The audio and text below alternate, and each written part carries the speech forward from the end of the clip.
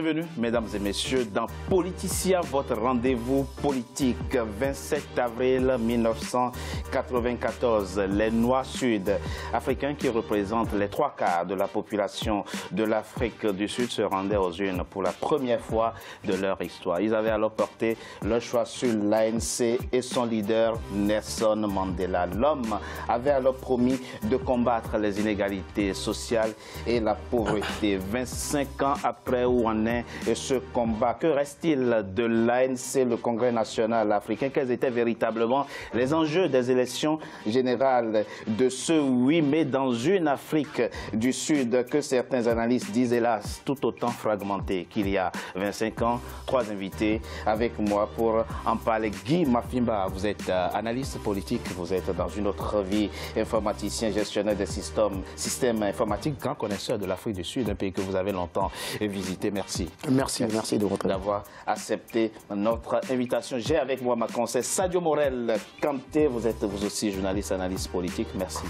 Merci à vous également d'avoir accepté notre invitation. Et j'ai également avec moi un des routards de politiciens, Jean-Bernard Bikim, analyste et stratégiste. Merci à vous d'avoir accepté notre invitation. Je voudrais, avant de commencer cette émission, rendre un hommage à des Africains, à certains Africains. Le premier, Fiacre Gbedji, ce guide béninois sauvagement, lâchement assassiné le 1er mai 2019 lors de l'enlèvement des touristes dans le nord du Bénin. Cet homme mérite aussi qu'on lui rende hommage, une pensée particulière à sa famille. Nous espérons que son pays, le Bénin, saura rendre hommage à sa mémoire et surtout prendre soin de sa femme et de ses enfants. Mais nous voudrons aussi profiter pour rendre hommage à ces nombreux soldats qui perdent leur vie au quotidien en défendant la nôtre. Je pense notamment aux soldats camerounais qui ont payé et continuent de payer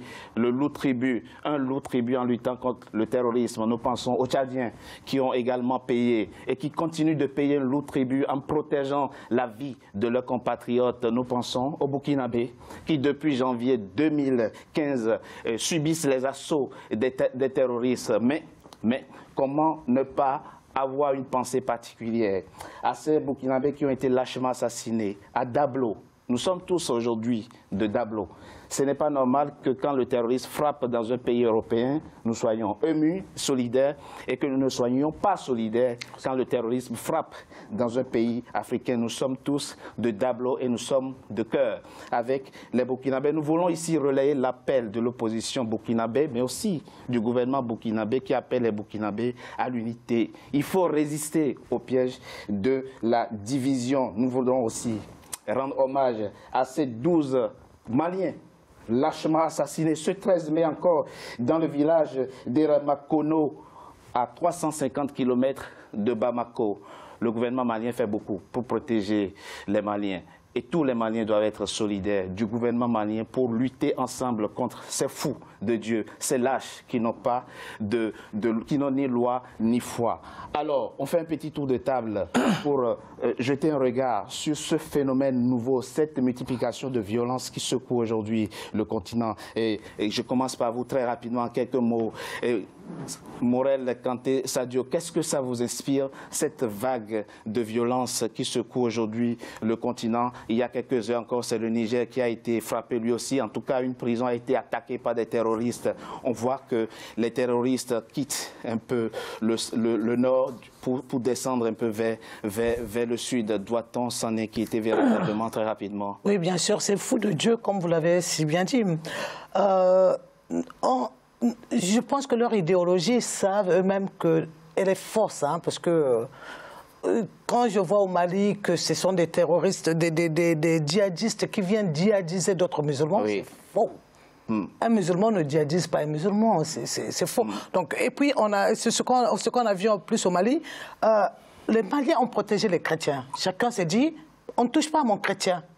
Parce que je ne vois pas de différence. C'est justement à ça qu'appellent les autorités burkinabées. Les communautés religieuses doivent pouvoir vivre les unes en paix avec les autres et ne pas céder au piège justement de la division. Jean-Bernard Bikim, très rapidement, qu'est-ce que ça vous inspire, ce climat de terreur que ces djihadistes essaye de semer dans le sud de l'Afrique, en tout cas en descendant du centre vers le nord, vers le sud, pardon?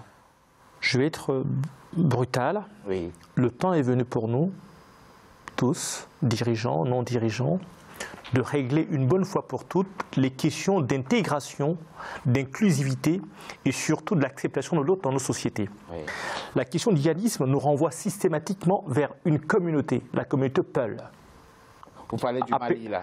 Je parle de toute l'Afrique de l'Ouest, y compris même l'Afrique centrale. Oui.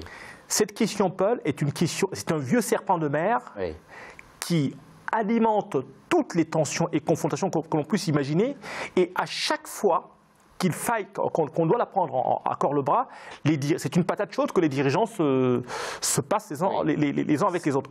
Or, derrière, il y a un vrai problème historique que subit cette population.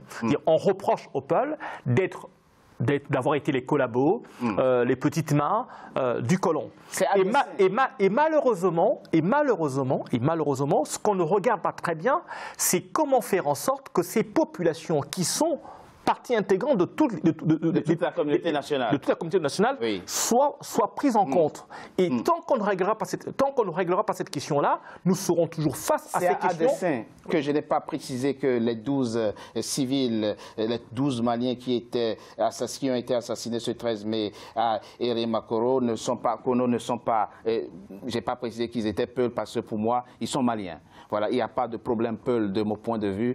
Il y a un problème malien, manque d'infrastructures, manque de travail, manque de services sociaux de base. C'est un problème qui n'est pas lié à une communauté, c'est un problème général, c'est un problème national. Nous n'allons pas actiser ici les tensions interethniques. Guy Mafimba, très rapidement votre propos par rapport à ce phénomène qui essaie de nous frayer. Je dirais, au-delà de la dimension historique, moi je pense que c'est un défi pour l'Afrique en général. Nous sommes dans un monde où il y a des visées, à l'époque on parlait des visées impérialistes, mais il y a des visées véritablement de reconquête de l'Afrique sous d'autres formes telles que la religion. Il faut partir du principe qu'aujourd'hui, entre guillemets, les conflits islamiques sont en train de s'installer en Afrique. Parce que la question est simple. Comment ces groupes djihadistes arrivent à se fournir en armes, en argent et autres? Mais il y a des puissances du Golfe, des pays du Golfe qui ont des visées. Donc pour moi, je dis que c'est un grand défi pour l'Afrique. Comme ce n'est pas le sujet, on ne va pas s'y attarder. Mais je dis tout simplement que vous avez bien fait qu'on sorte de l'indignation à géométrie variable. Absolument. Et qu'on prenne conscience de ce danger qui menace véritablement nos États, qui menace véritablement la concorde nationale. Et que nos chefs d'État aussi apprennent à se mouvoir, au moins manifestement, des cas. On a vu la tempête qui a balayé les côtes Est. Le message est entendu. Vous parliez du Mozambique. Non, pourtant, je voudrais dire que 350 millions de dollars ont été débloqués par les chefs d'État africains pour secourir les pays du littoral est du continent qui ont subi cette tempête. Mais sans bruit, alors que pour Notre-Dame, vous avez vu, il n'y a pas eu de mort, il n'y a pas eu de mort d'homme. En tout cas, mais des réactions étaient... En ce qui nous concerne, reste solidaire de nos forces armées sur le continent, qui sont des armées parfaitement professionnelles et républicaines et qui travaillent à la protection des frontières et des vies de leurs compatriotes. Revenons donc au sujet qui nous mobilise cet après-midi, ce qui porte sur l'Afrique du Sud, où l'ANC vient de remporter les élections générales. Alors que penser véritablement de cette victoire? On en fait le décryptage, mais avant, écoutons ce qu'en dit le politologue Patrick Mbeko. Oui, l'ANC a largement remporté les dernières élections législatives. Oui, elle dispose aujourd'hui d'une majorité absolue à l'Assemblée nationale, mais il faut aussi relever que ce score est inférieur à celui de 2014. On parle d'une baisse de près de 5 points. C'est quand même le pire score de l'histoire de l'ANC. On est très loin de l'hégémonie passée de ce grand parti qui a combattu l'apartheid. Le président Ramaphosa, malgré sa popularité, on peut le dire, n'a au mieux réussi qu'à limiter la casse pour son parti. Le moins que l'on puisse dire aujourd'hui, c'est que l'ANC a certes remporté les élections générales du 8 mai dernier, mais son socle électoral s'effrite dangereusement. Bon, certains analystes parlent de sanctions contre le président Ramaphosa, mais je pense qu'il fait plutôt les frais des dérives de son parti qui n'a jamais réussi à sortir la grande majorité des Noirs de l'extrême pauvreté, en plus d'être empêtrés dans des scandales à répétition et d'importantes divisions internes héritées de leur Zuma. La question est maintenant de savoir si le président Cyril Ramaphosa réussira à reformer son parti pour renverser la tendance. Bon, l'ANC est aujourd'hui confronté à deux problèmes majeurs. Il y a le mécontentement d'une partie de son électorat et la montée en puissance du parti de Julius Malema, les combattants pour la liberté économique, et l'Alliance démocratique, le principal parti d'opposition dirigé par M. Maïmane. Ces deux partis n'ont pas manqué durant les élections d'insister sur le bilan de l'ANC pour pouvoir gagner des voix lors du scrutin. Jean-Bernard Bikim, très rapidement, une victoire avec 57,5% des voix, et pourtant on dit du parti, on dit de l'ANC qu'il a fait son score, un score historiquement bas, le plus bas en tout cas de son histoire. Qu'est-ce que ça présage selon vous? Alors il faudrait replacer les choses dans leur contexte. Dans toute démocratie stable, viable, crédible, transparente et inclusive, oui, aucun parti ne peut se retrouver au-dessus de 60%. Ça n'est pas possible. Ça, il faut le reconnaître. Vous regardez toutes les démocraties normales, hein, entre guillemets, outre nos démocraties de bourrage des urnes, vous n'avez aucun parti majeur qui passe les 55 ou 60%. Donc, il n'y a pas de déclin. Nous assistons là à une normalisation. C'est ça. Pensez-vous, hein. L'Afrique du Sud aujourd'hui rentre dans un processus, je dirais, de stabilisation pour deux raisons. La première, c'est que les 25 premières années, oui, ont été des années de repulsivité, je dirais de ce que j'appelle, pas le vote sanction, mais le vote obligatoire. Il faut aller aux urnes pour que les nôtres restent en place. Mais il se pose une question terrible, c'est que depuis la mort de Mandela, Nelson Mandela, les luttes internes au sein de l'ANC ont complètement bloqué la réflexion, ouais, et surtout les capacités de permettre au pays justement de continuer à déployer, pas la vision, mais la philosophie politique que Nelson Mandela souhaitait voir naître et surtout appliquer. Or, ce qui devait arriva, puisque ceux qui tiennent, oui, les différentes tendances de l'ANC sont aux 3/4 des ex-agents des services secrets ayant collaboré avec les afrikaners et les premiers gouvernements. En gros, avec ces élections, nous sommes entrés, comme vous le dites, dans un processus de normalisation politique, avec un score qui va descendre régulièrement, mais qui est couplé aussi d'une forme de déception d'une partie de l'électorat, ouais, de l'ANC, dites-vous. Tout à fait. C'est une analyse. Hein, Guy Mafimba, c'est vrai que l'effritement des scores au fil des ans de l'ANC permet la poussée des extrêmes aujourd'hui. Vous qui connaissez ce pays, quand je parle de l'extrême, je parle aussi de l'extrême gauche de Julius Malema, mais aussi... Le VS+. Mais aussi de l'extrême droit piloté par les afrikaners radicaux.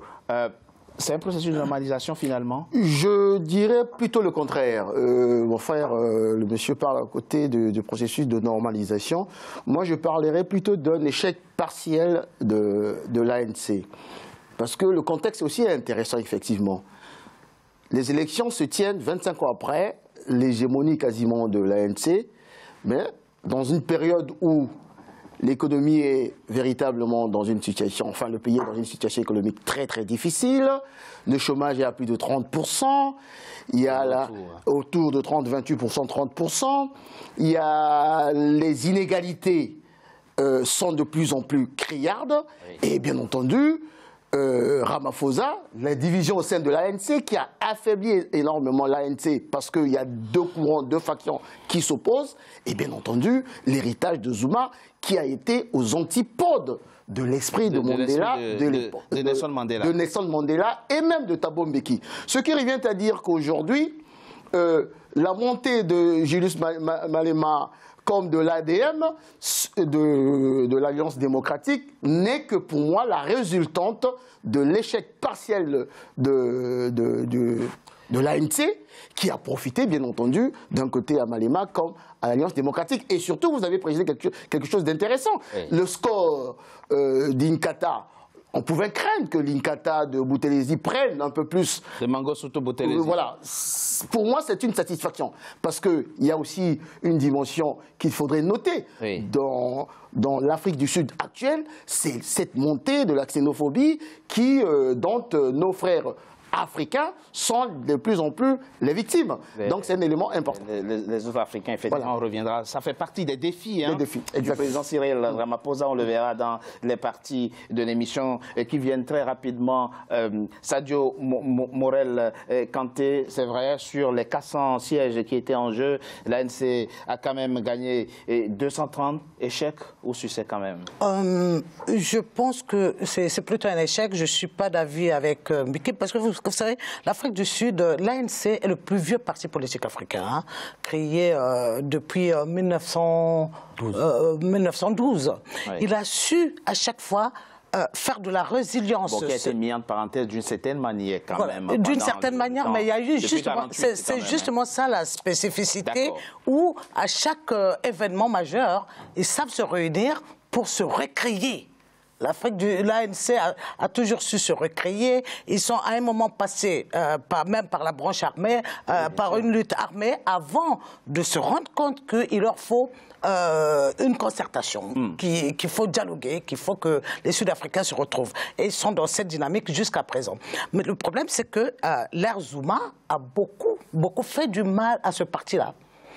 Quand on a pensé à un moment que Mbeki avait pu, sans pouvoir le prouver, dès qu'il y a eu des rumeurs, Mbeki a préféré se retirer plutôt que les tumultes que nous a fait vivre Zuma, qui a amené l'Afrique du Sud à un niveau économique, perturbation, trouble économique jamais égalé. Alors là, c'est-à-dire à ce moment-là, quand il y a eu Zuma à la tête de l'ANC, on a pu se rendre compte que ce qu'ils appellent les politiques affinitaires, ont pris un poids sur le domaine économique très très important. Alors vous liez l'évolution, le destin de l'ANC à l'évolution de l'Afrique du Sud, à l'évolution économique de l'Afrique du Sud en général. Quel est le lien que vous faites entre la prospérité économique de l'Afrique du Sud et les victoires électorales de l'ANC? C'est-à-dire un parti qui a tant d'années, un parti qui a survécu à beaucoup de choses. Il s'est créé des liens d'affinité entre les membres.